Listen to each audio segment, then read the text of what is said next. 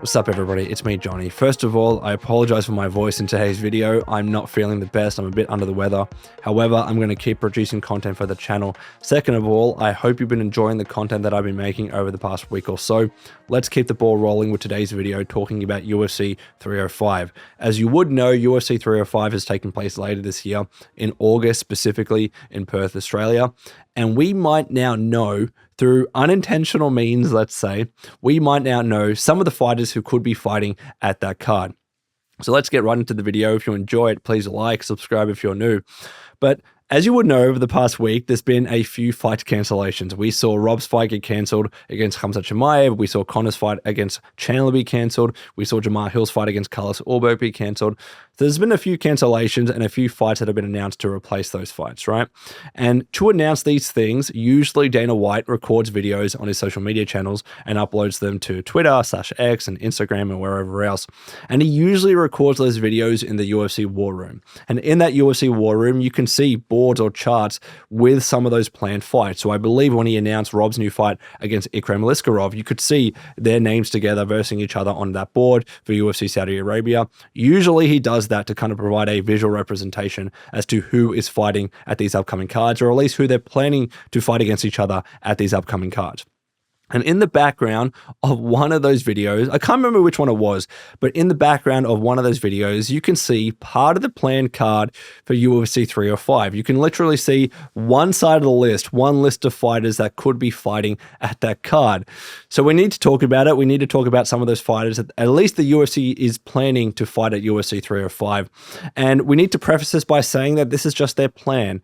As we've seen over the past week, things can absolutely change. Plans can be thrown out of the window. Fighters can get very sick. They can get injured. The UFC just might change their mind. Whatever else might be. We still have weeks to go until UFC 305, a couple of months in fact, actually. So these are just plans. They could be thrown out of the window.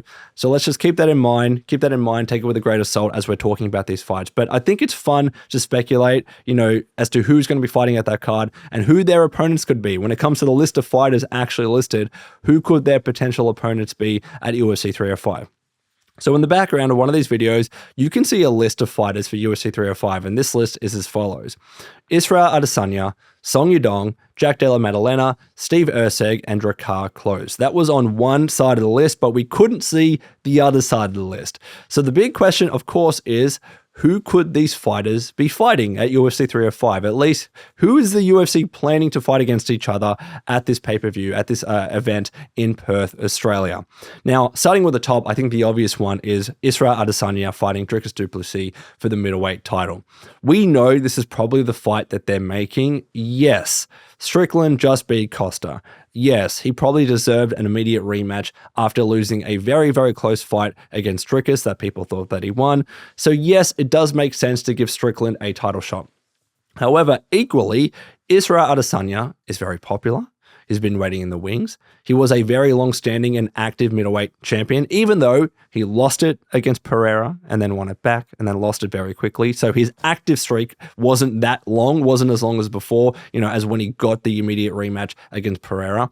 However, there is every argument to put him right into the title contention, right? There is every argument to have him fight Dricus du Plessis, especially because they have that background, right? They have a bit of beef together. They have the African connection. You have the footage of them in the ring confronting each other after Dricus's fight with Rob. So there's a lot of built-in story there. They could absolutely take the ball and run with it, right? So it makes complete sense to have Israel fight Dricus du Plessis. I think that's an obvious fight that they're going to try and make, especially because of the African thing and how they're probably going to have a lot of really vitriolic debates and interviews and whatever with each other, press conferences with each other.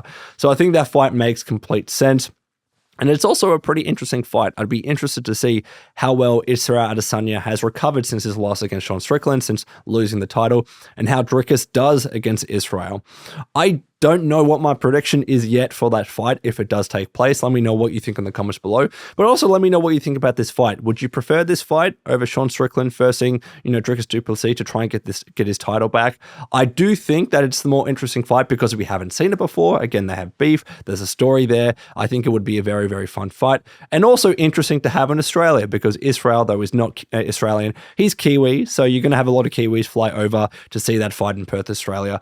I think it would be a very, very fun fight, though Strickland also is live in Australia too, so you could easily slot him in there, especially if Israel turns out to be injured or he can't fight or whatever it might be. Recently, remember, Israel said that he's not necessarily...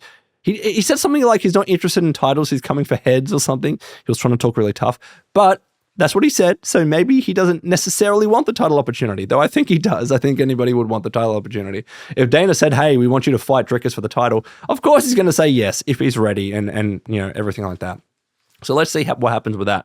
But then we have Song Yadong. Now, Song Yadong could be an interesting one. I think the best fight to make with him is probably Henry Cejudo. Henry Cejudo somehow now is ranked 5th in the division. Song Yadong is ranked 7th. So I think they're ranked closely enough that I think it makes an interesting fight and it makes a lot of sense to make that fight. And especially because you already have Chito Vera, who's number 4, fighting Davison Figueiredo, who's number 6. So you have those two fighting. I think having 5th and 7th fight as well makes a lot of sense. Plus as well, Cejudo's coming off a loss, of course, against Merab, also a loss against Sterling. And Song Yadong is coming off a loss against Piotr Jan. So both of them coming off some losses. I think for them, they would each try and want to get another win. I think it makes complete sense to have this fight against each other. So let's see what happens. And sorry, my throat is absolutely gone in this video. And we obviously have Piotr Jan in the mix. Maybe Piotr Jan could fight Henry Cejudo at some stage, but we know that Jan is injured, right? He got injured after his fight after he beat Song Yadong. I believe he had some surgeries. So I think he's going to be on the bench for a little bit. So if Henry wants to fight now, you probably have him fight against someone like Song Yadong. I think it makes complete sense. And I think it makes more sense for someone like Jan to fight up potentially to see if he can go back into the title contention. I don't think it makes sense to have Jan fight Henry Cejudo. So Cejudo against Song Yadong, I think, is the most interesting, compelling fight to make. And also, it's a nice clash of styles. So let's see what happens, but that is my guess. And then the next fight, Jack Della Maddalena. Now, I think it makes sense to have Jack Della Maddalena in the plans because obviously he's Aussie. You want him to fight at UFC 305. Now, if he were able to fight, and I'll talk about his injury in a second, maybe Shavkat Rakhmonov. I think that would be a really awesome, interesting fight, especially when it comes to title contention. Those two fighting makes a lot of sense. But we know that Jack Della Maddalena suffered an arm injury. What was it at UFC 299? And he's going to need surgery. And apparently he's out of UFC 305. He can't fight in Perth. He can't fight in August. It's a bit too soon for him, which sucks because not only is Australia his home country, Perth is literally his hometown. It would have been awesome to be able to see him fight at that card, especially against someone like Shavkat Rakhmonov, because if he happened to beat Shavkat, which is a very hard fight, but if he happened to beat him, there's a good argument for him to being very close to a title shot in the division. So that would be the fight to make against Shavkat if JDM was healthy and he wasn't injured, but we know that he's probably injured. So I think that planned fight from the UFC is probably going to have to change. And my guess is that if you want Shavkat to fight at Perth, you could probably have him fight Kamaru Usman. Now, I know he's injured as well, and we'll talk about that in a second. But of course, Usman is coming off a trio of losses. He lost twice against Edwards. He lost against Khamzat Chimaev, though that was on short notice in a different weight class. He moved up in weight. He did the UFC a favor, essentially. After that fight directly in the ring, I think it was Dana White thanked him for that fight. So the UFC needs to do him a bloody favor, right? So, but yes, he does have 3 losses on paper. He needs a win. He needs a bounce back fight. And I think he wants to go back to his weight class after trialing middleweight. I thought he might have stayed in middleweight. Rob tried to get him to stay in middleweight, but I think he is going back down in weight. And he also, in a recent video on his podcast with Henry Cejudo, he talked about how the UFC, I think they called him to potentially try and act as a replacement for the Conor and Chandler fight at UFC 303. He said something like that. The UFC messaged him, Hunter Campbell messaged him, Usman replied back, and then he didn't hear back. And he was kind of implying that, hey, I was ready to go. Like, I could have been that replacement. I could have been in a replacement fight, whether it was against Chandler or a completely different fight if he was happy to go down in weight. He was kind of implying that he might have been ready and willing to fight at UFC 303 as a replacement. And he was like, what the hell, Hunter? Like, I was there, I responded to you, and you didn't respond back to me.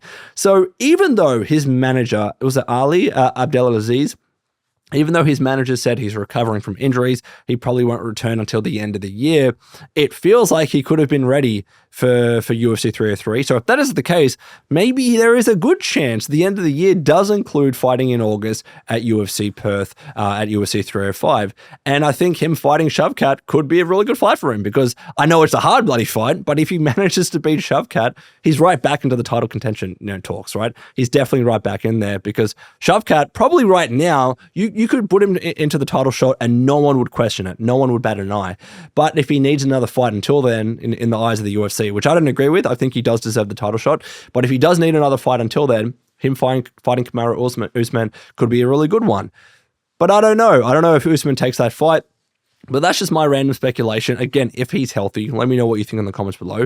The next fight that we have is Steve Erceg. Steve Erceg, of course, he's Aussie. You need him to fight at that card. He had a very, very close fight against Pantoja, which a lot of people thought that he won. I think I said I thought he won. And in hindsight, I need to rewatch the fight, but I thought, there's a good argument for him winning that fight. But he probably could fight Kai Kara France. And I think that fight makes a lot of sense. Kai Kara France, he's Kiwi. Obviously, a lot of people from New Zealand could fly over, see them fight. I think that fight makes a lot of sense. Kai has a lot of family in New Zealand, of course. It'll be easier for them to attend. Plus, Kai definitely needs a win after 2 losses against Amir Abazi and also Brandon Moreno. So having Kai Kara France versus Steve Erceg, who's also looking at a bounce back after losing on paper at least against Pantoja, I think it makes sense for those two to fight. So that would be very interesting to me. And finally, Drakkar Klose, maybe someone like Dan Hooker could fight Drakkar Klose. That's the name that I've been seeing thrown around. So those are the fights that I think make a lot of sense. That could be very fun to see. That could be very interesting. But again, we need to preface this by saying that this is their plan and it's just one set of fighters. We don't know the other side. I've just been completely speculating in today's video, and that's just their plan. People could get injured, they can get sick, whatever it might be. So let's see what happens over the next few weeks, and until they actually announce this card officially. We obviously have the fight card for UFC 304. So UFC 305's announcement shouldn't be too far away. It should happen over the next couple of weeks. So let's see what happens. But then finally, the last question to ask is, was this intentional? Did the UFC unintentionally leak this card because it was in the background of one of those videos? Or was this an intentional thing? Companies do this all the bloody time. They leak stuff to build up hype, to get the news out there, and to make it look like it's not intentional. It's kind of spicy, so that's why it gets a lot of attention. This is probably why they did it. They absolutely knew the planned card for UFC 305 was in the background. Dana absolutely knew that. They're not stupid, right? So I thought, yeah, you could see this as a leak, but this was probably a little bit intentional, right? They absolutely did this to get videos like this and to get articles out about UFC 305, to start to build hype to that card about the fights that they're planning and organizing and whatever else. So I think it'll be a pretty interesting card, but I think it might need 1 or 2 more bangers in there to really make it a good card overall. But let me know what you think in the comments below. And until next time, this has been Johnny. Please take care of yourselves, and I'll see you in the next video.